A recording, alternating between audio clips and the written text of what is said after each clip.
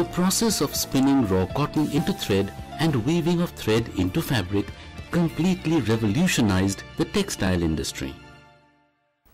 Though the European countries were getting wealthier, but many of the working people who actually produced the wealth lived, worked and died in very poor conditions.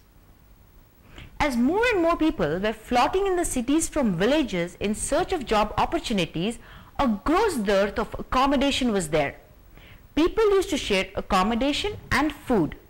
They lived in unhealthy and unhygienic conditions.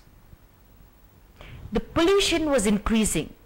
The household rubbish was thrown out into the narrow streets and the air was filled with black smoke from the factories' chimneys.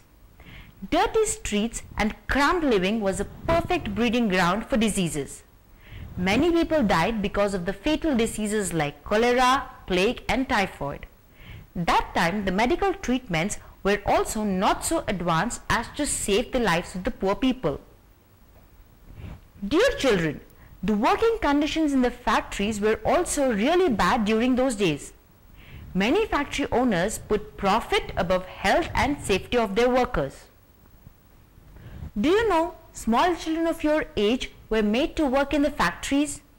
The factories preferred to employ women and children instead of men in order to lessen the chances of revolt. Women and children were forced to give up education and work in factories to support their families. Children were hired because they could move between the tightly packed machineries. Sometimes the children died by falling into machines or lost their limbs. Tragic, isn't it? Furnaces were operated without proper safety checks.